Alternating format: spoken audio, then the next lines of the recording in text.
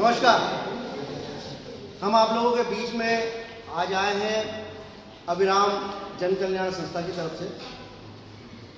Actually जो NSD है, राष्ट्रीय नाट्य विद्यालय भारत, यहाँ पर विश्व के सारे छात्र जो रंगमंच से संबंधित हैं वो लोग पढ़ते हैं, उन लोगों का आयोजन है और उन लोगों का कहना है कि रंगमंच अधिकतर लोगों की समझ में आए, रंगमंच क्या है लोगों तक पहुँचे, भविष्य में शायद शिक्षा का एक हिस्सा भी बन सकता है रंगमंच। तो इसलिए हम लोगों ने स्कूल्स को ज़्यादा फोकस किया। तो यहाँ पर हम रंगमंच की उत्पत्ति कहाँ से हुई, ये हमारी संस्कृति का हिस्सा कैसे हुआ, कैसे जैसे हमारे यहाँ पर वेद हैं, ऋग्वेद, सामवेद, यजुर्वेद, इस तरह के जो वेद हैं, हमारे यहाँ एक वेद और एक शास्त्र और कहलाता है, वो है नाट्य शास्त्र।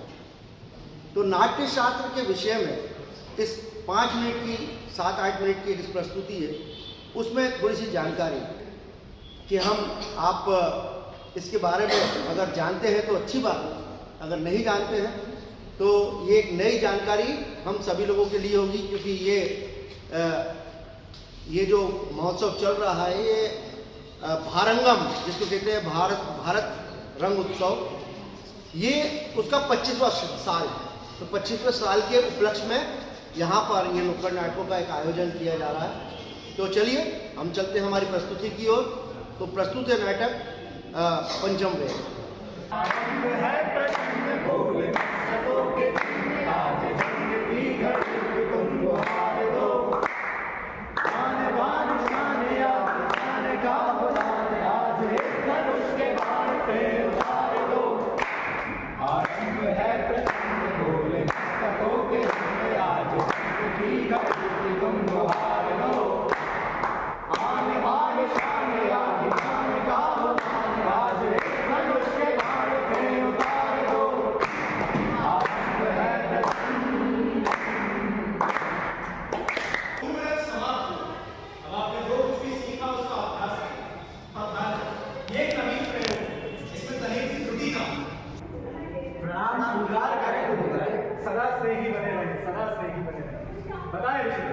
किस प्रयोजन से आना हुआ आप सब?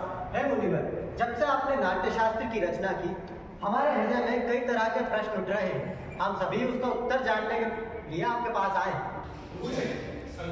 गुरुदेव, नाट्य शास्त्र की उत्पत्ति कैसे हुई, इसका उद्देश्य क्या है?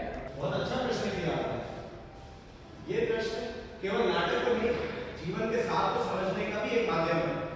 जब मनुष्य लोग और काम से वशीभूत होकर अधर्म और संघर्ष की ओर बढ़ने लगे, तब इंद्रदेव ने ब्रह्मा जी से प्रार्थना की कि महाराज, ऐसा कोई माध्यम होना चाहिए जिसे एक साथ देखा और सुना जा सके, जिसके जरिए मनुष्य काम, अर्थ, धर्म और मोक्ष की राह पर लौट सके। माध्यम से हम सभी सामान्य मनुष्यों को धर्म की और शिक्षा की राह पे ला सकते हैं। बस इसी महान विचार का ध्यान रखते हुए स्वयं ब्रह्मदेव ने नाट्य वेद की रचना की। चारों वेदों के तहत वो क्या है गुरुदेव? चारों वेदों के तहत ये जो पाठ इस वक्त अभी आप सुन रहे हैं, इसे ब्रह्मदेव ने ऋग्वेद से लिया है। जो संगीत आपने अभी सुना उसे सामवेद से, अथर्ववेद से लिए गए रस और यजुर्वेद से लिया गया अभिनय। आसान भाषा में अगर कहा जाए तो सारे वेदों के अंगों को मिलाकर ही नाट्य शास्त्र की रचना हुई। तुम्हें नाटक केवल देवताओं के लिए बनाया गया? जी नहीं, नाटक केवल देवताओं के लिए नहीं। यही प्रश्न दान बोलो ब्रह्मा जी से जाना, तब ब्रह्मा जी ने उत्तर दिया था, नाट्य शास्त्र सबके लिए। नाट्य शास्त्र में देवताओं, दानवों और मनुष्य के सभी शुभ और अशुभ कर्म दिखाए जाते हैं। नाटक को दुख से, शोक से, थकावट से पीड़ित लोगों को आराम देता है। नाटक में ऐसा कोई ज्ञान नहीं और ऐसा कोई कार्य नहीं तो ना दिखाया जा सकता। समस्त सृष्टि का समावेश, लौकिक और अलौकिक भी, बहुधर्मी।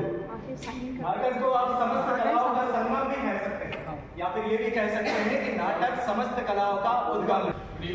नाट्य कला तो अद्भुत कला है, ये उतनी ही आवश्यक है जितना जीवित रहने के लिए सांस लेना। फिर हमारा समाज भीतर से क्यों नहीं रहता? कलाकार को अनावश्यक क्यों समझा जाता है? हम तो कलाकार नीति के नियंता हैं। कलाकर्म करना ही हमारा एकमात्र काम है। हमारी कला के विषय में और कलाकारों के विषय में तो नीति नियंताओं को विचार करना होगा।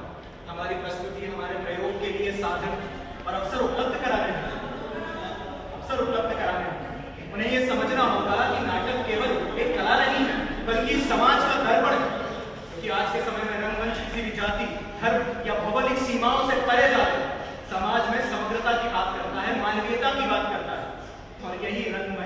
समाज की विषम परिस्थितियों में भी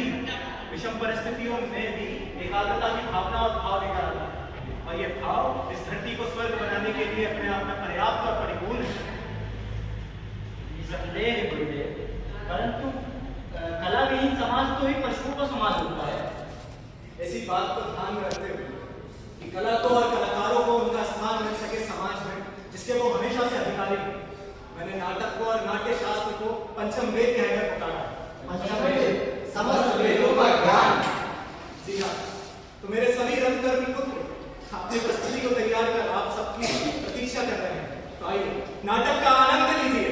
वृद्धि हो इस राष्ट्र की आशा सभी की पूर्ण हो। वृद्धि हो इस राष्ट्र की आशा सभी की पूर्ण हो। सृष्टि हो आनंद की जगत सदा संपूर्ण हो। धरती सदा फूले पड़े ऊपर विमल आकाश हो। धरती सदा फूले पड़े ऊपर विमल आकाश हो। सज्जन रहे निर्भय सदा, व दुर्जनों का नाश हो। सज्जन